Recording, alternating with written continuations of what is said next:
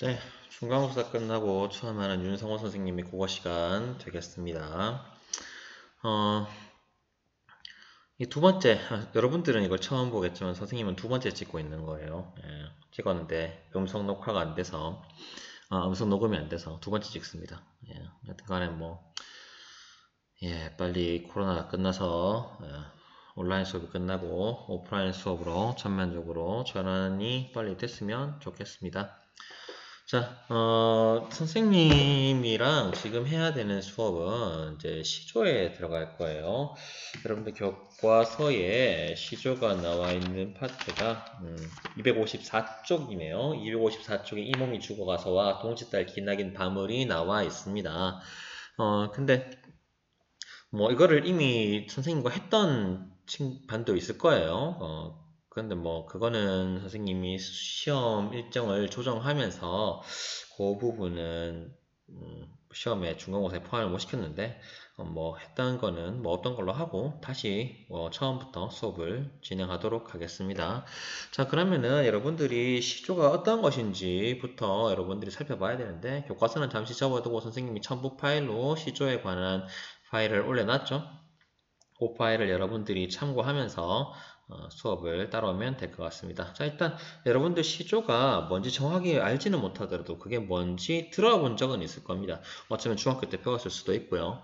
자, 그러면은 프린트 보면서 하나씩 가보도록 합시다. 자, 시조란 고려 후기에부터 발달해온 우리나라 고유의 정형시라고 되어 있습니다. 자, 보통 시조를 조선시대 문학이라고 얘기하는 경우가 많은데 사실 조선시대 때 가장 크게 번성했던 건 사실입니다. 하지만 고려 후기부터 만들어지기 시작을 했습니다. 왜 고려 후기부터 만들어졌냐면은 요 뒤에 보면 고려 후기 신흥 사대부, 뭐 신흥 사대부, 신진 사대부 뭐 다 같은 말입니다. 양반 계층 다 같은 말입니다.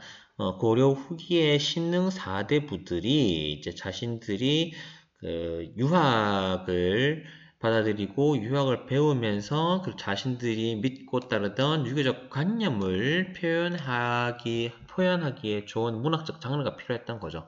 또 그러한 자신들의 신흥 사대부들이 가지고 있는 특유의 정서들을 표현하기 위해서 창안된 양식이 시조입니다. 따라서 그들이 사회적으로 대두되었던 고려 후기부터 이 시조가 창작되었던 거죠. 자, 이 시조라고 하는 것은 우리나라 고유의 시가입니다. 중국에는 이러한 시가의 양식을 찾아볼 수 없습니다. 한자로 적는 것도 아니고 뭐 한글 창제된 이후로는 한글로만 적었습니다. 그리고 여기 보면 정형시라고 되어 있는데 정형시는 설명했던 반들도 있죠. 형태가 정해져 있다라는 소리입니다. 형태가 정해져 있다라는 소리는 겉으로 눈에 보이는 정해진 형식이 있고 창작할 때 그 정해진 형식을 따라야 한다라는 얘기입니다. 그 형식이 어떠한 것인지는 잠시 후에 작품을 보면서 알아보도록 하겠습니다. 자, 이런 것이 시조라고 생각했을 때 아까 말했던 형식상의 특징 보도록 할게요. 자, 이렇게 표현했습니다. 3장이라고 되어 있습니다. 3장이라고 하는 것은 밑에 작품 하나 보도록 할게요. 이 작품은 야은 길제. 여러분 길제 알죠? 여러분들 금오산에 그 금오지에서 금오산 쪽으로 조금 올라가다 보면은 채미정이라고 하는 그 건물이 옛날 건물이 하나 있죠. 그 채미정이 야은 길제를 추모하는 마음에서 길제의 제자들이 뭐 만들어줬다 하든가 뭐 그런 건물이 하나 있는데 그 건물에서 길 있는 인물이 길제라고 하는 인물 되겠습니다. 어쨌든 간에 그 길제가 지은 글입니다. 길제가 지은 500년 도읍지를이라고 하는 시조인데 이 시조가 몇 줄이죠, 여러분들 보기에? 눈으로 보기에도 딱 봐도 세 줄입니다. 그러니까 3행이죠. 시조에서는 이 각각의 행을 뭐라고 부르냐면 첫째 행을 초장, 둘째 행을 중장, 마지막 행을 종장이라고 봅니다. 그러니까 초, 중, 종 총 3개의 장으로 구성되어 있다고 해서 3장의 형식이다 라고 얘기할 수 있어요. 자, 그러면 구라는 건 무엇이냐? 구라고 하는 것은 이걸 한구라고 합니다. 500년 도읍지를 한구, 필마로 돌아더니 또 한구, 산천은 의구하되 한구, 인걸은 간데없다 한구, 어즈버 태평열이 한구, 꾸미런가 하노라가 또 한구 되겠습니다. 자, 그리고 45자 내외라고 얘기했는데 45자 내외니까 딱 45자를 맞출 필요는 없겠죠. 뭐 플러스 마이너스 3자 정도까지는 가능할 것 같습니다. 한번 세보도록 할게요. 자, 500년 세자, 도읍지를 7자, 여기까지 7자, 그리고 10자, 14자, 17자, 21자, 24자, 28자, 31자, 36자, 40자, 43자, 총 43자네요. 45자 내외인 것을 확인할 수 있습니다. 이렇게 시조는 3장육구 45자 내외가 기본형이다 라고 이야기를 합니다. 그럼 선생님 기본형이 아닌 시조도 있나요? 있습니다. 기본형이 아닌 시조는 뭐 나중에 어시조, 연시조, 사술시조 이렇게 얘기를 할 수 있는데 그건 잠시 후에 보도록 하고요. 자, 일단 3장육구 45자 내외가 기본형이다 라는 것 알고 넘어가도록 하겠습니다. 자, 그리고 이 기본형의 시조를 우리는 평시조라고 얘기합니다. 기본형의 시조를 우리는 평시조라고 합니다. 선생님이 지금 마우스로 쓰고 있습니다.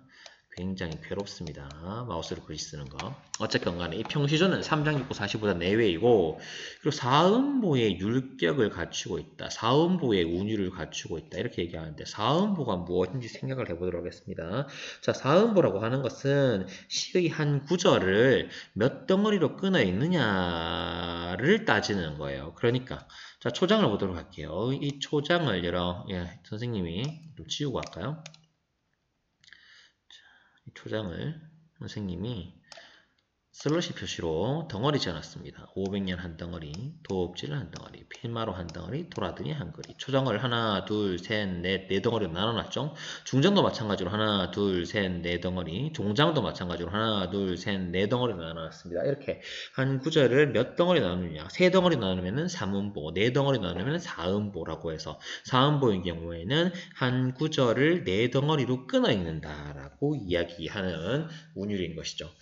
그럼 선생님 운율은 뭔가요? 운율이란 뭔가요? 운율이라고 하는 것은 여러분 쉽게 생각하세요. 리듬을 운율에 하면 됩니다. 그럼 선생님 단순히 한 구절을 네 구절로 끊어 있는 것만으로도 리듬이 만들어진다라는 건가요? 만들어집니다.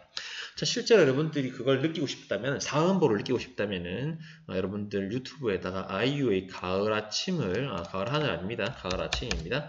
가을 아침을 한번 검색해서 들어보도록 하세요. 이 노래가 사음보율을 굉장히 잘 표현하고 있는 가요입니다. 노래 좋으니까 꼭 한번 들어보세요. 선생님이 아이유의 팬심으로 여러분들한테 노래를 들으라는 것이기도 하지만 어쨌건 간에 음보율을 배우는데 굉장히 도움이 됩니다. 이 아이유의 가을 아침은 4음보율을 잘 표현하고 있습니다. 시조 역시 마찬가지로 아이유의 가을 아침과 마찬가지로 4음보율로 운율을 형성하고 있습니다.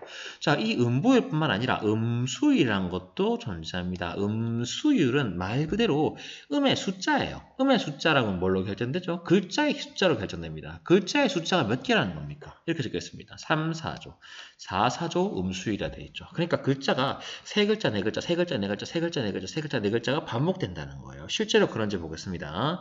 500년 지우고 할까요? 자, 500년 세 글자, 도읍지를 네 글자, 필마를 세 글자, 도라드니 네 글자, 선천은 세 글자, 의거하되 네 글자, 인거는 세 글자, 간대없다 네 글자. 어떻습니까? 세 글자, 네 글자가 반복되고 있습니다.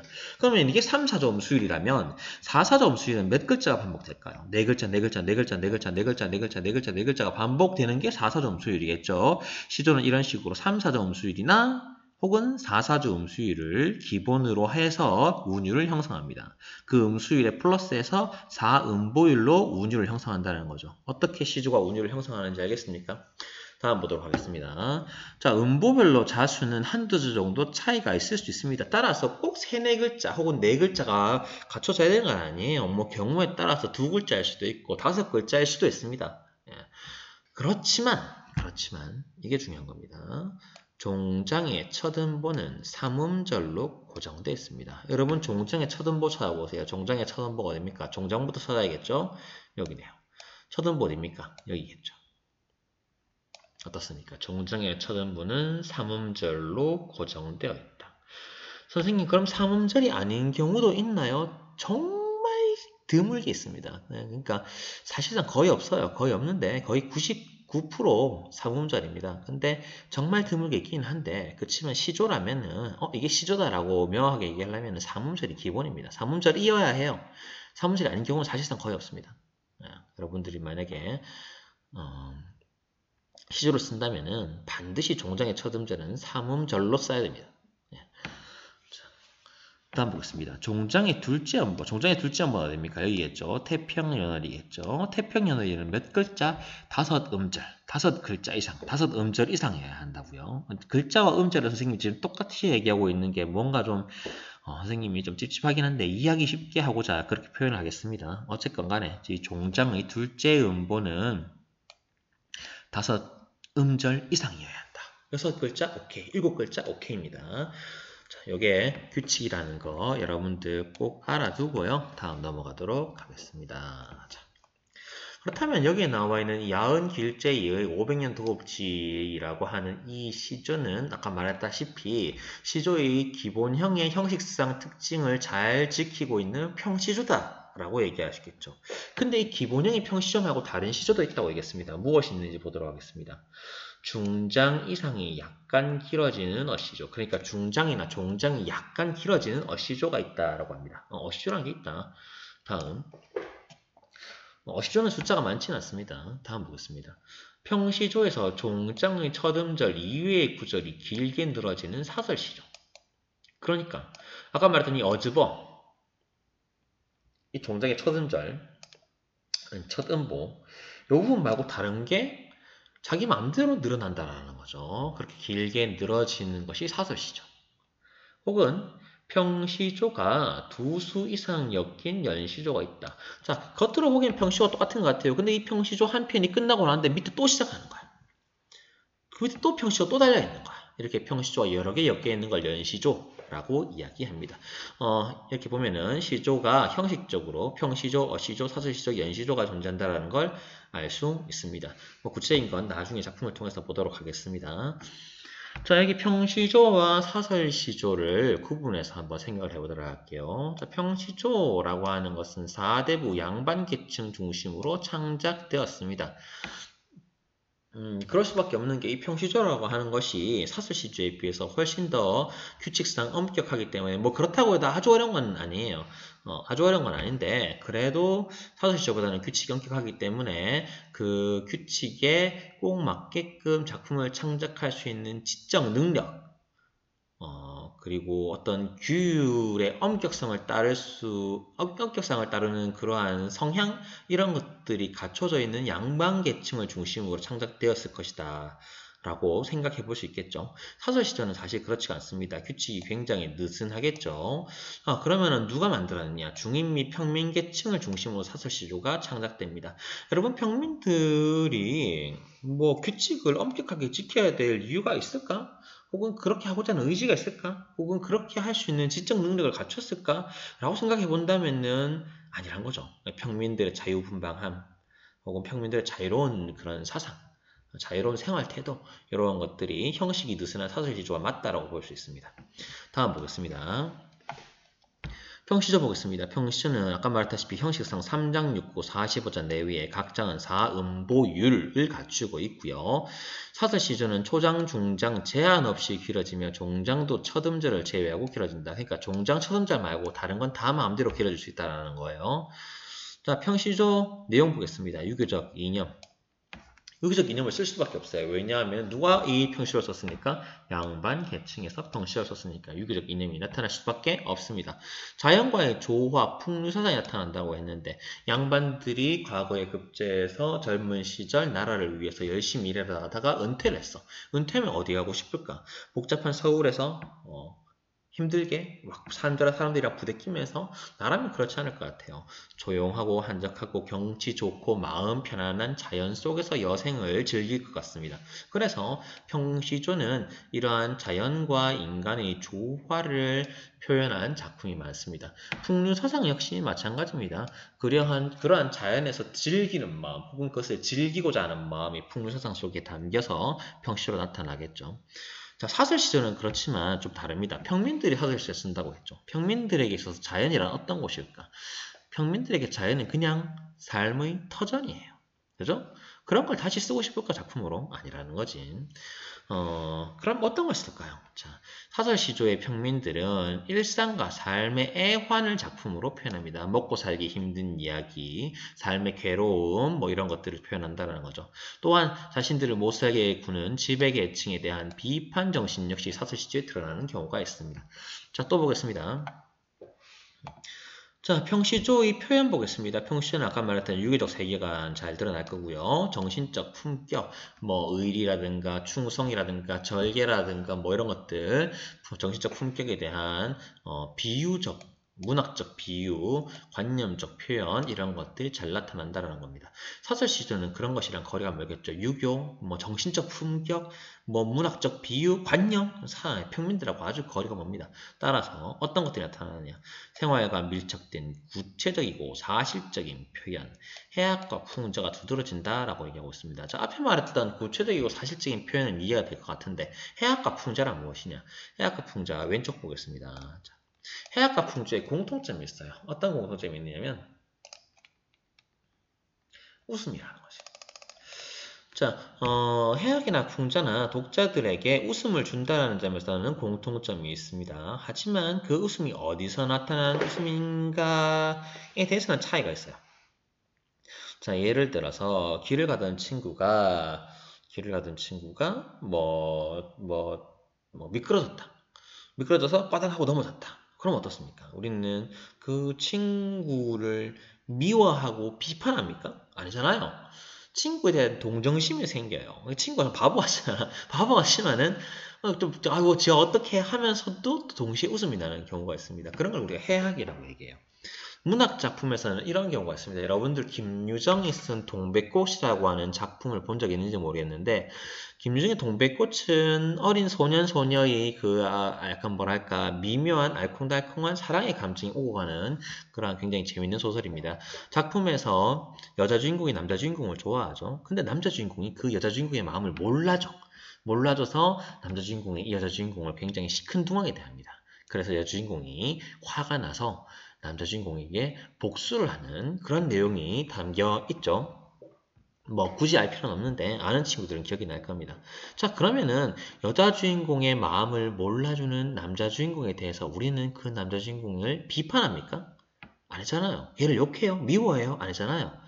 우리는 그러면은 남자 주인공에 대해서 어떤 마음을 가지지? 아이고 이런 이 순진한 녀석, 이런 쑥맥, 여자 주인공 마음 좀 알아주지. 뭐 이런 식의 생각을 하면서 우리는 그 상황을 굉장히 웃으면서 소설에 나오는 상황을 웃으면서 즐길 수 있을 겁니다. 그걸 우리가 해악이라 해요. 근데 풍자는 좀 달라. 풍자는 대상에 대한 미움, 대상에 대한 비판이 깔려 있어요. 대표적으로 어떤 게 있냐면 신문의 만평이라고 하는지 모르겠는데 신문에 있는 조그만한 만화가 있어요. 그 만화는 보통 정치인 풍자 만화죠. 정치인을 비판하면서 독자들한테 웃음을 주는 만화인 거예요. 그런 풍자 만화라든가 요즘에는 없어졌지만은 이미 역사 속의 유물이 돼. 이렇게 말하니까 굉장히 씁쓸하네. 개그 콘서트에도 한때는 정치인을 비판하는, 세태를 비판하는 그러한 개그들을 많이 하곤 했었습니다. 뭐 지금은 이미 없어졌지만. 어쨌든 그러한 것들을 풍자라고 얘기합니다. 이렇게 해학과 풍자는 공통점과 차이점이 존재하는데, 어찌됐건 간에, 이 평민문학인, 사설 시조에는 이 독자들에게 웃음을 주는 해학과 풍자가 두드러진다라는 것을 여러분들이 알아두면 될 것 같습니다. 작품을 통해서 나중에 더 살펴보도록 하고요. 자, 시조의 한 가지 더 하겠습니다. 자, 그럼 이 평시조는 언제 창작되었을까? 곽가 선생님이 고려 말부터 창작됐다고 얘기했습니다. 그러면은 고려 말부터 창작됐으니까 조선 말에는 창작되지 않았느냐? 그건 아니에요. 평시조는 조선 말까지도 창작되었습니다. 뭐 당연한 게 양반들이 평시조를 쓴다고 칩시다. 그러면 조선 말 되면은 양반들이 사라지나요? 아니잖아요. 그때도 계속 양반들이 존재했기 때문에 평시조는 조선 말이 되어서도 계속 창작되었고요. 고려 말부터 조선 말까지 창작되었느냐? 그것도 아니에요. 그것도 아니고 현재에도 시조가 창작됩니다. 지금도 시조를 전문적으로 쓰시는 그 시인들이 있으세요. 시조 시인이라고 하는데 그런 분들이 아직도 시조를 쓰고 계시니까 이 평시조는 현재까지도 쓰여지는 문학 장르다라고 얘기할 수 있겠죠. 자, 그럼 상대적으로 사설시조는 언제 쓰여졌느냐? 사설시조는 조선 후기에 쓰여지게 됩니다. 사설시조는 그럼 조선 후기에 쓰여졌다라고 볼 수 있는 이유가 뭐가 있을까요? 자, 선생님이 이렇게 얘기했었죠. 자, 시조는 그 양반 4대부, 신흥 4대부, 신진 4대부들이 만들어낸 문학 장르예요. 그러니까 초기에는 양반들의 전유물이었습니다. 이것이 평민들이 쓰려면 어느 순간 갑자기 평민들이 쓸 수는 없고 양반 계층에서부터 천천히 퍼져나왔겠죠. 그 천천히 퍼져나오다가 평민들이 그것을 수용하고 창작하게 된 시기가 조선 후기부터라는 거죠. 그래서 평시는 고려말 조선 초부터 쓰였지만 사설시는 조선 후기에 되어서야 평민들에게서 창작되었다라는 것을 우리가 생각해 볼 수 있겠습니다. 자, 다음 프린트 돌아가겠습니다. 자, 선생님 방금 이 부분 했습니다. 이 부분 했습니다. 프린트에 옮겨 적도록 하세요. 시조의 전기 양상 보도록 하겠습니다. 시조 전기 양상, 고려 후, 조선 전기, 조선 후기로 나눠서 보도록 할게요. 자, 고려 후기에 4대부 계층이 주요 작자였습니다. 얘기했던 부분이고, 유교적 충사상을 노래하였다. 당연한 얘기입니다. 고려 충신들의 절의가가 주를 이루었다. 자, 절의가라고 하는 것은 절개와 의리. 그러니까 고려 말이었으니까 고려가 망해가는 시점이잖아요. 망해가는 나라에 대한 절개. 고려에 대한 의리 이런 것들이 많이 표현되었다라는 얘기죠. 좀 전에 우리가 슬쩍 살펴보고 넘어갔던 이 야은 길제의 작품, 이 작품 역시 고려 후기의 절이가라 하셨습니다. 한번 읽어볼까요? 500년 도읍지 개성을 의미하는 거겠죠. 필마로 돌아더니 산천의 의관대 인걸은 간데 없다. 자, 개성을 둘러보니까는 그 고려 왕조를 지키던 문신들, 무신들이 다 사라지고 남은 것은 폐허뿐이더라 이런 얘기입니다. 어지버 태평야를 꾸미런 거 하느라 고려 시대의 그 아름다웠던 그 풍족했던 태평연월이 꿈처럼 다 사라지고 허망하도다 이런 식입니다. 어떻습니까? 자, 이 작품 역시 방금 말했던 고려 충신들이 저리가라고 얘기할 수 있겠죠. 다음 보겠습니다. 자, 그럼 조선 전기에 들어와서 어떤 내용이 나오느냐. 4대부 양반 계층이 주요 작자층이 되었고요. 거기에다가 양반들과 주로 같이 놀던 황진유와 같은 기녀들이 새로운 작자층으로 등장하게 됩니다. 뭐 어깨너머로 배우게 되겠죠. 양반들로부터. 자, 양반들은 주로 유교적인 충사상 그리고 아까 말했던 자연의 아름다움 같은 것들을 노래하였을 것인데 기녀들한테 충사상을 이야기한다? 자연의 아름다움을 이야기한다? 뭔가 안 어울리죠. 기녀들은 주로 자신들의 직업적 특성 때문에 관련이 깊었을 남녀 간의 뭐 애정 문제 혹은 애정에 관련된 감정 이런 것들에 좀 더 해박하다 할 수 있겠지. 그래서 기녀들은 인간의 애정에 대한 시조를 많이 창작하였습니다. 나중에 황진이 시조를 보면 알 수 있을 거예요. 자, 조선 전기에는 그러하였고 조선 후기 보겠습니다. 자, 조선 후기에는 사설 시조가 등장하게 됩니다. 얘기했던 부분이고요. 평민 등을 포함한 다양한 작자층이 등장합니다. 자, 과거에는 양반들의 전유물이었는데 이게 점점 작자층이 확대되게 되죠. 뭐 기녀들, 중인계층, 평민계층 점점 작자층이 넓어지고 작자층이 넓어지다 보니까는 뭐 어시조, 사설시조 같이 형식도 다양해지고 작자층이 넓어지니까 당연히 그 각각의 작자층이 관심 있는 분야에 대해서 쓸 거기 때문에 주제 역시 다양해진다는 거죠. 어떻게 다양해지는지 보도록 하겠습니다. 자, 일단 여기 우국충정. 자, 우국충정은 아마 양반들의 주제였을 겁니다. 양반들이 조선 후기에 혼란한 조선의 사회상을 보고 나라를 걱정하는 마음 혹은 나라에 대한 충성을 바치는 마음에서 작품을 썼을 거예요. 우국이라는 건 우국은 나라를 걱정한다는 얘기거든요. 충정은 무슨 말인지 알겠죠? 충성스러운 마음. 여러분도 알다시피 역사 시간에 배웠을 겁니다. 조선 후기에 들어가면은 전쟁이 계속 생기죠. 뭐 병자호란, 뭐 정유재란, 뭐 임진왜란 전쟁이 계속 일어나고 나라가 혼란스러웠습니다. 그거 말고도 그 세금 문제로 인해서 백성들의 삶이 도탄에 빠진다 뭐 이런 얘기도 있고 뭐 외척의 횡포 혹은 세도 정치 이런 것들로 인해서 굉장히 어지러운 시기를 보냈었을 겁니다. 조선 후기에. 그러한 가운데 일부 그런 건데 양반들이 그런 세태를 보고 나라를 걱정하는 마음에서 자신의 충심을 담아서 작품들을 창작했을 겁니다. 또 어떤 얘기가 있을까요? 자, 그런 가운데서도 또 어때요? 이 어지러운 한양, 어지러운 그 정치, 어지러운 세태 다 잊어버리고 마음 편한 곳에 가서 경치 좋은 곳에 가서 경치나 즐기면서 살고 싶다라는 마음도 가졌겠죠. 그래서 자연에서 즐기는 흥과 여유가 작품의 주제가 되기도 하였습니다.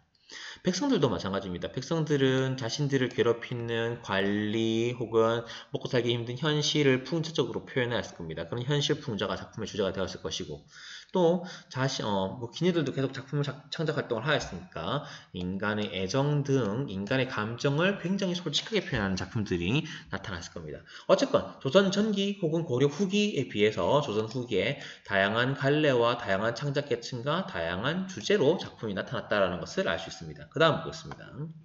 자, 시조창 전문 가객 가단이라는 표현을 썼는데 여기서 전문 가객부터 얘기를 하죠. 전문 가객이라고 하는 것은 요즘으로 치면 가수입니다. 자, 여러분들도 봐서 알겠지만은 조선 후기에 되면은 시조는 온 국민이 즐기는 국민가요가 됩니다. 그런데 누구나 노래를 부를 수 있겠지만은 우리는 옆에 친구가 노래를 부르는 것보다 가수가 노래 부르는 걸 듣고 싶어요. 옆에 친구가 노래 부르는 건 별로 듣고 싶지 않죠. 네. 자, 전문 가객도 마찬가지입니다. 기왕 듣는 시조, 노래 잘 부르는 사람이 부르는 시조가 더 좋다라는 거지. 그런 전문 시조 가수를 전문 가객이라 부르고, 가단이란 그러한 전문 가객 집단을 가단이라 하고요. 시조창이라고 하는 것은 그런 가수가 부르는 멜로디가 실린 시조를 시조창이라 부릅니다. 그러면 선생님 초기에는 멜로디가 없었다는 얘기인가요? 아마 그랬을 거예요. 조선 후기, 조선 전기의 시조는 멜로디가 실려있지 않고 그냥 읊조리는 방식의 시조였을 가능성이 높다고 하네요. 하지만 후기에 가면은 전문 가객이 멜로디를 실어서 리듬감을 살려서 노래처럼 부르는 시조창이 유행하였다라고 합니다. 그걸 부른 사람은 가객, 그러한 집단을 가단이라 하고, 또 노래가 유행가처럼 번졌을 것이니까 그러한 유명한 시들을 적어 놓은 가사집 같은 게 있어야겠지. 그 가사집, 시조집도 편찬되었다고 얘기합니다. 자, 이렇게 전개되었고요. 자, 그러면은 이 시조라고 하는 것의 형식은 어떻게 만들어지느냐? 시조가 선생님이 그런 얘기가 있을 겁니다. 향가를 배울 때 이 향가의 3단 구성이 나중에 시조에 영향을 준다라고 얘기했었죠. 시조라고 하는 것이 갑자기 툭 튀어나온 것이 아니라 우리 민족의 고유한 시가, 고유한 노래가 가지고 있던 특성들이 모이고 그것이 발전되어서 고려 후기의 시조로 나타났다라고 생각할 수 있어요. 그러면 어떤 것들이 시조를 형성하는데 계승되었느냐? 향가부터 하겠습니다. 이미 했던 겁니다. 향가에서 식구치의 향가의 기서결, 선생님이 기서결을 전단, 후단, 낙구라고 표현하기도 했습니다. 향가의 기서결 3단 구성이 시조에 영향을 줬죠. 자, 기서결이 어떻게 영향을 줬죠? 시조의 초장, 중장, 종장, 3장 구성으로 영향을 받았다 할 수 있습니다. 계속 보겠습니다. 또 낙구의 감탄사에 영향을 미쳤다. 우리 제망매가 배우면서 제망매가인 낙구가 아아로 시작한다고 배웠을 겁니다. 그러면은 시조에도 이런 게 있느냐? 시조에도 있습니다. 여기 이 부분. 여기 보면 종장의 어즈버에 해당한다는 거죠. 이 어즈버가 감탄사를 해줬습니다. 어즈버 태평열이 꿈이란거 하느라 3단 구성의 마지막 단에, 그러니까는 향가로 치면 낙구일 것이고 시조로 치면 종장이겠죠. 이 종장의 첫 번째 음절이 감탄사로 시작하는 것. 이건 역시 향가의 영향이다라고 할 수 있습니다. 하지만 이 부분 낙구의 감탄사에 영향을 미쳐서 시조의 종장의 어즈버처럼 첫 음절이 감탄사로 나타나는 것은 적겠습니다. 시조 종장의 첫 음절이 감탄사인 것은 수의적입니다.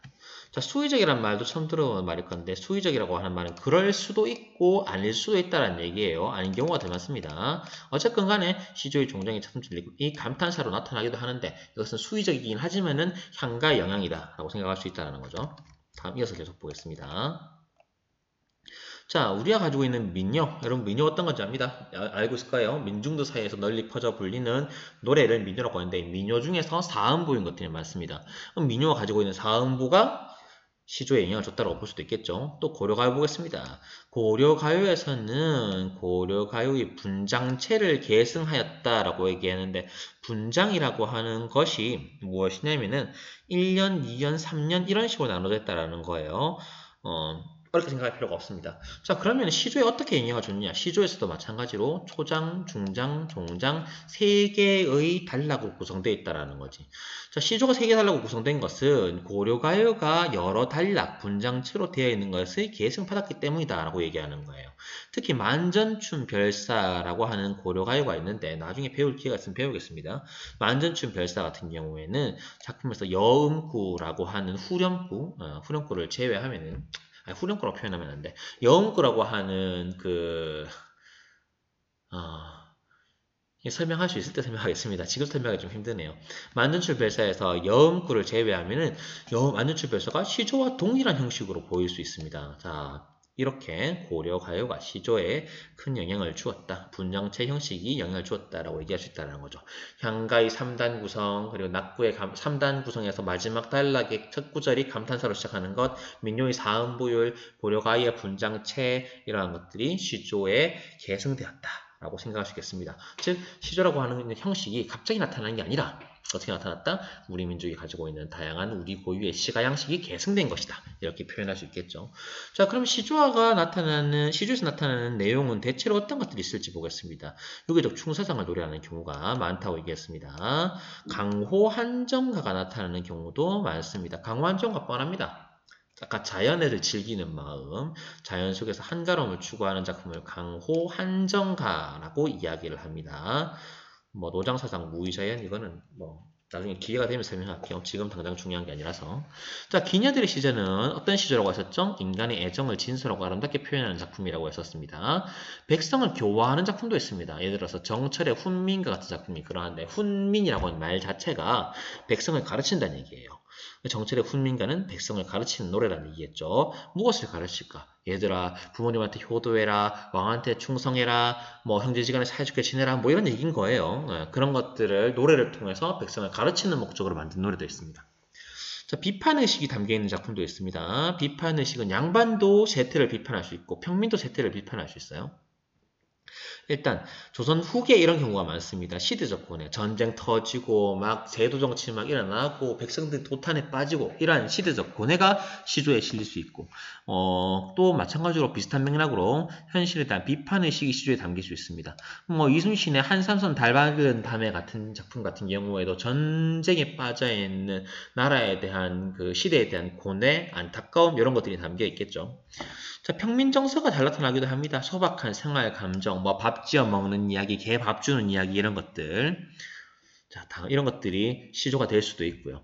그리고 뭐 백성들을 못 살게 구는 탐관 오리에 대한 비판 의식이 담긴 시조도 평민들이 지었을 수 있습니다. 자, 이런 것들이 시조의 주요 내용이었고, 뭐 이런 것들이 아닌 것도 있지만 이런 것들이 많다라는 거 알아두면 좋을 것 같고요. 자, 그러면 이 시조가 가지고 있는 의의는 어떤 것인가? 이런 거 한번 알아보겠습니다. 전 계층이 향했습니다. 아까 말했죠? 처음엔 양반만 창작했지만 나중엔 여성, 중인, 평민들까지 모두 다 즐기는 국민문학이 되었다는 거죠. 이 국민문학으로서 현재까지, 못합니다. 현재에도 시조 시인이 있댔습니다. 현재 시대까지 이어내려오는 유일한 민족문학이다라고 볼 수 있다라는 것이죠. 자, 이렇게 향가의 기본적인 특징에 대해서 알아보았습니다. 다음 시간에는 구체적으로 작품을 하나씩 보면서 시조의 특징 그리고 작품이 가지고 있는 의미 이런 것들을 알아보는 시간 가져보도록 하겠습니다. 수고하셨습니다.